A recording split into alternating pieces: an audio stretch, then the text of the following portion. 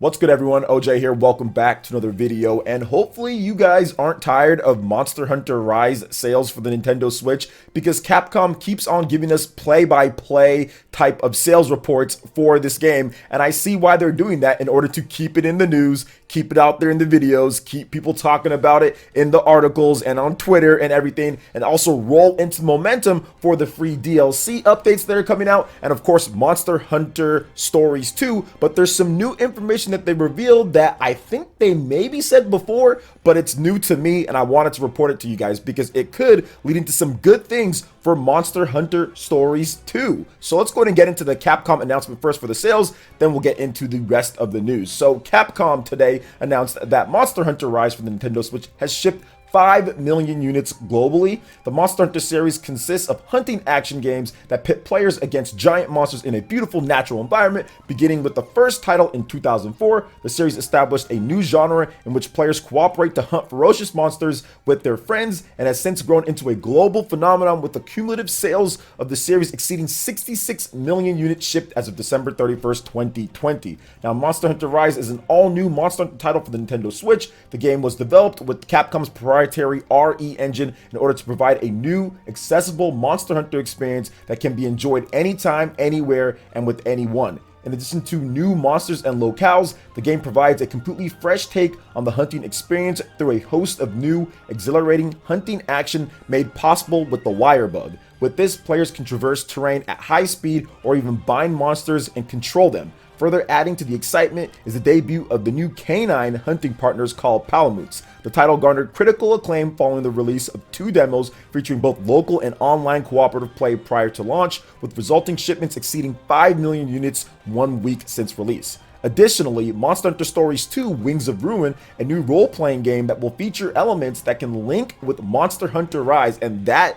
is the new bit of information that I didn't know about before. I had no clue that there was going to be a link between Monster Hunter Rise and Monster Hunter Stories 2 Wings of Ruin in terms of some type of content or features or what they're going to do. Let's see what they're talking about here. If it's not just like semantics as, okay, it's a Monster Hunter game, but there will actually be like some type of things that you get, maybe transferable if you've played Rise and have the save data. So we'll see about that. Now, that game is scheduled to release on July 9th, 2021. That is Monster Hunter Stories 2 Wings of Ruin. What is more, Capcom will roll out a wide variety of initiatives that go beyond the scope of games to continue increasing brand value. These include the series' first Hollywood film adaptation, Monster Hunter, which is being met with success worldwide, as well as characters, merchandising, and appeal. Capcom remains firmly committed to satisfying the expectations of all users by leveraging its industry-leading game development capabilities in order to create highly entertaining gameplay experiences. So, a couple years ago, Capcom had a new focus in terms of what they wanted to do, and that was essentially focusing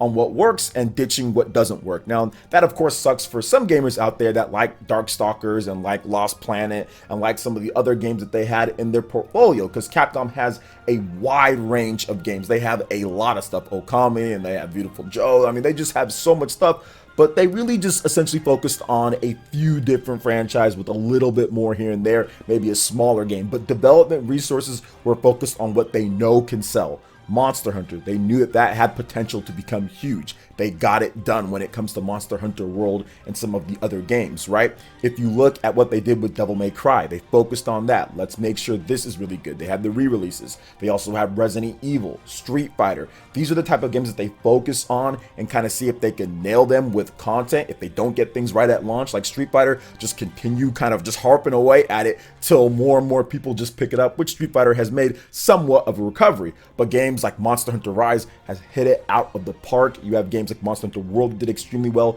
Devil May Cry 5, that did extremely well, and it got a Game Pass time type of deal. So these are the things that we're going to see from Capcom going forward. Now, I do think Monster Hunter Stories 2 Wings of Ruin has the ability, with this link here and now with the growing popularity of the Monster Hunter franchise, this could propel this kind of dual thing that they're doing with Monster Hunter very well. If you look at it, you have Monster Hunter World, that's for PlayStation and Xbox. Cool, no problem. They're probably going to get another game in the next couple years here too. Then you have Monster Hunter Rise, right? That's doing very well. That's going to be PC and of course Nintendo Switch. You have that branch of game. Then you have Monster Hunter Stories as well, which is going to be a whole separate thing from there. So that's 3 separate types of games that you can sell to bases that kind of do things a bit differently in their own way and to certain target audiences, but can have crossover among all 3 of them. And that's where you get the huge type of sales and your franchise just explodes, right? Along with the merchandising and the movies and all the other stuff that they're doing. So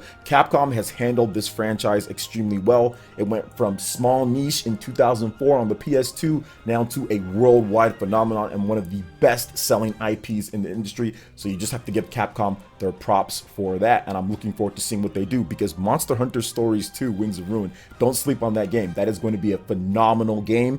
I'm not sure if it's going to sell as much as Rise. It's probably not going to sell as much as Rise or World or anything like that, but I think it's going to do way better than what it did on the Nintendo 3DS and also like the smartphones and wherever else they put it out on. And I think that people are going to be surprised at how good that game is for more of a traditional RPG. So what are your thoughts on Monster Hunter Rise surpassing 5 million units globally, and also the potential link with Monster Hunter Stories 2 and also Monster Hunter Rise?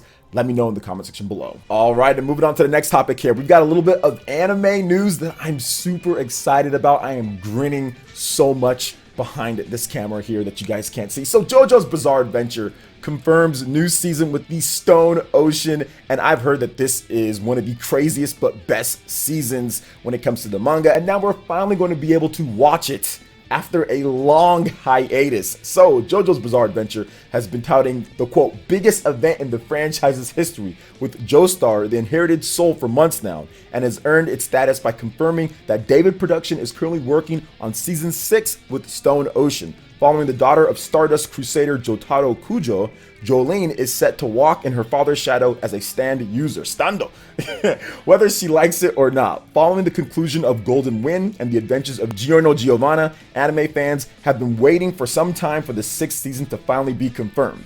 Now, for those who are not familiar with the story of Stone Ocean, it follows Jolene Kujo being framed for a crime that she didn't commit, with her boyfriend essentially pinning a murder on the daughter of Jotaro. Blessed with a stand in Stone Free, a stand that allows Jolene to transform into a series of strings while also delivering a torrent of machine gun-like punches. The main protagonist must now navigate her way through a deadly prison in order to not only save her own life, but the life of her father, who is currently under siege by a plan that was formulated by Dio Brando. So goodness gracious, man, there is a lot going on here. And like I said, I've heard so many fans. I mean, obviously everybody has their favorite seasons from the manga, and the anime does things a little bit differently, but I've heard so many people say that season 6 is lit. Like season 6 is it, man. So I am excited to get into some JoJo's Bizarre Adventure. Now they're starting production, so it still might be like another year or year and a half or something, but we've just been waiting for this, man. I've watched like all the JoJo seasons. You know, I don't read the manga, I just watch the seasons. I watched all of them like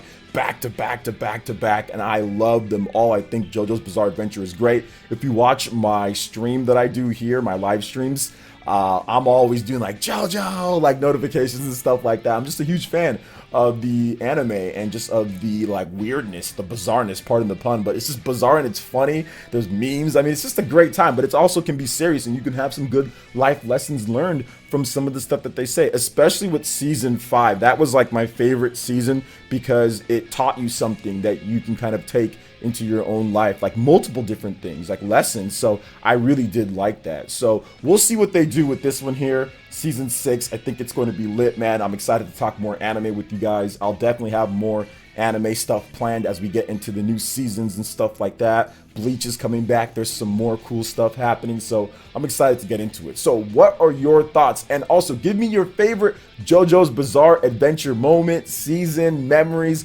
whatever you want to talk about. Stands, I'd love to hear them. I'm definitely going to be reading through in the comment section below. All right, and moving on to the final topic here, we have a little bit of a follow-up on Neo The World Ends With You. So Neo The World Ends With You is a sequel to The World Ends With You, the animation, and is set 3 years later, according to director Tatsuya Kondo, JoJo said during a brief appearance on the It's a Wonderful special, The World Ends With You, the animation pre-air special recently. While further details were not shared during the program, producer Tetsuya Nomura tweeted earlier today that the information will arrive on April 9th, a few hours before the first episode of the anime airs at 15 JST. Now, Neo: The World Ends With You is due out for the PlayStation 4 and the Nintendo Switch this summer, so I just wanted to get into this just a little bit more. I've been covering The World Ends With You quite a bit for years now, but this one, Neo: The World Ends With You, I think this can be what the series needs. I think the anime is setting things up nicely. I think that's going to be really good for it. You know, you have some more marketing,